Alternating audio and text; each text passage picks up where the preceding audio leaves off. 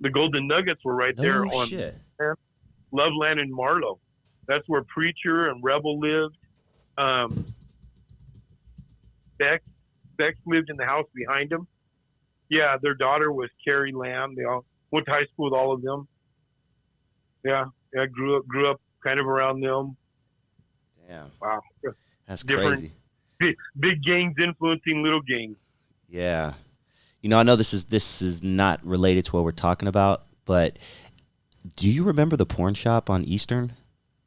The sex shop, The right? less Yep. sex shop. The creepiest.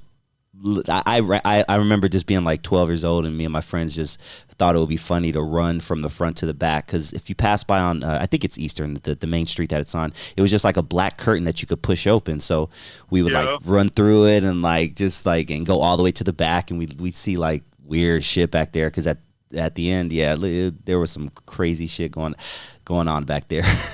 Yeah. You know, there used to be a lot of those places, man. There was Yeah. a couple in Bell. It was a different time in the world. Yeah, yeah, it would never last nowadays, man. But dude, Yeah. Eddie, Walking by that door did not smell good. no, no, it never. It had a weird smell. I remember that. I remember that smell to this day, man. It was like rubber mixed with Uh, body fluids or some shit. I don't even want to think about. But Awful. good times, Yeah, dude. yeah. Wow. I wish there's so much, things that had happened with the warlords, and eventually for me, um, there were a few guys in there that were really good fighters. Okay. Jeff Vaughn was a really good fighter, but those guys, they kind of separated away. You know what I mean? They were kind of like the surfer guys, like David Soul was. You know what I mean? He was actually best dressed one year. Fit into the group, but whatever.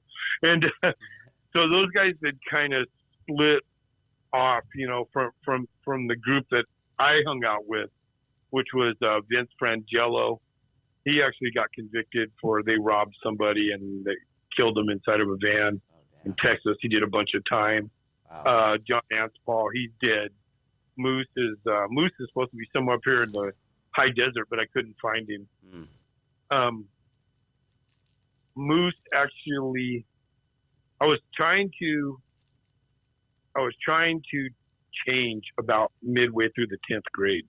Okay. Yeah, I mean, I said I'd been in basic ed, so I got my report card in the middle of the 10th grade, and I had 25 credits.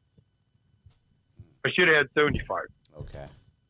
or whatever. We got to have 200, right? Yeah. I only had 25 credits, and I was halfway through high school. So I was supposed to have 200. So Holy I should have cow. been almost. I should have been almost at 100. So I kind of decided I was gonna, do things different, and I needed to get out of there. I'm the only child. They didn't expect me to achieve Mm. anything, which I've totally proved them wrong.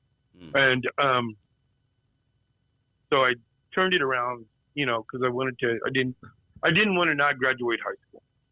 You know what I mean? And I got away from the guys that I was hanging around with, the warlords and some other people in the Special K and fucking all that shit that was going on in 75, 76, and 77. Um, I asked if I could take a weightlifting class, Mm-hmm. um, because I was in special ed. I was in Coach Ward's class. So I got into his class, and then I asked him if I could start lifting weights, if I could have a period of weightlifting. So that kind of got me away from the group. Mm-hmm. Well, one day I walked Moose's girlfriend home, and he accused me of trying to be with his girlfriend, which no, I wasn't. She lived across the street from me. How coincidental, right? Yeah. You're walking down the same street together, you live fucking across the street from each other.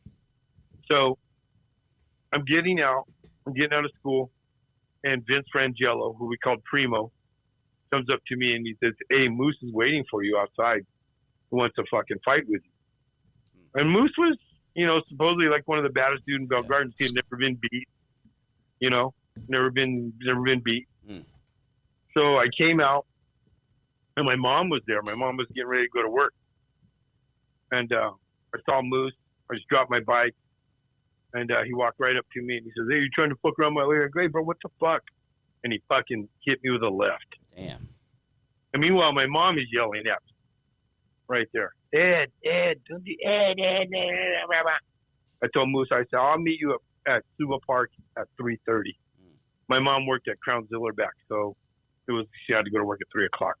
So I show up at the park. I go get Steve Campbell and Ben. I can't remember Ben's last name.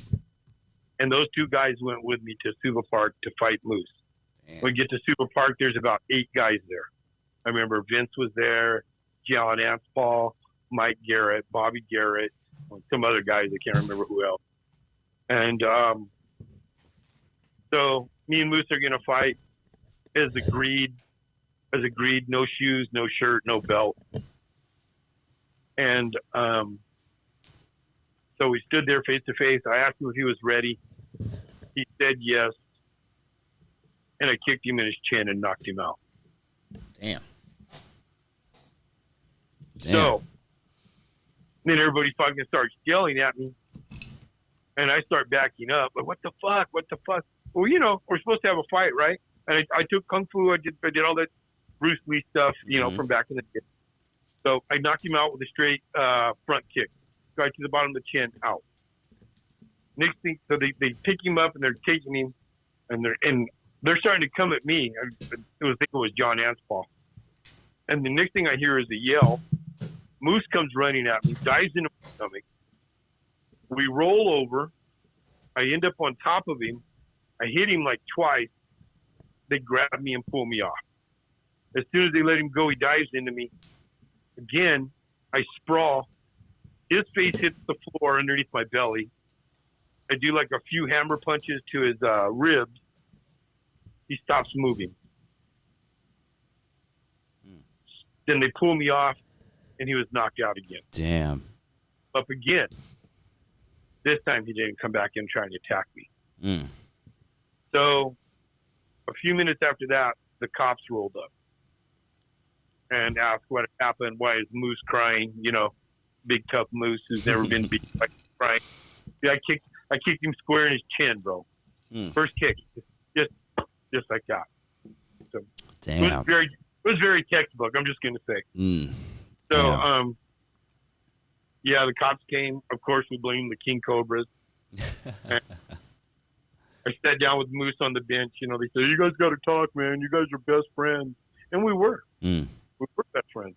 And you know, I told him, I said, "Hey, man, you know, I gotta concentrate on school. You know, I gotta do stuff, and you know, if you guys need me or whatever, you know, let me. I love you guys, but I gotta do my other stuff." So that was kind of my into the warlord at that time.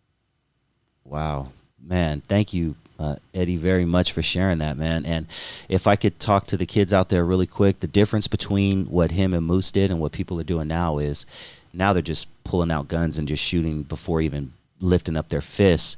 You know, these guys fought, they sat down, you know, they hashed their differences out and they lived to see another day. Eddie is alive today. But man, it sucks that nowadays kids are just dying at 15, 16, 17 just because they're quick to pull out a gun. Ugly back then. Man, well, man, we're still friends. You know, we you know, we're still. Well, I hope he's okay. I haven't talked to him in a bit, but you know, went to a couple concerts a few years ago. You know what I mean? Nice. He laughs about getting knocked out. He says it's the only fight he ever lost. Damn, to this day. To this day. I love it, man. Just give me a little bit of peace, steady job and some food to eat. Just give me a little bit of peace, steady job and some food to eat. Just give me a little bit of peace.